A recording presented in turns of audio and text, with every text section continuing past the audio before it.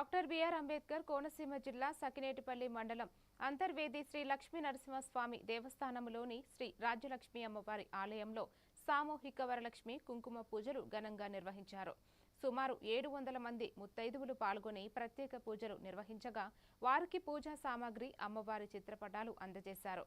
భక్తులకు దర్శనం, ప్రసాదం, నిత్య అన్నదాన వసతులు కల్పించినట్లు ఆలయ అధికారులు తెలిపారు.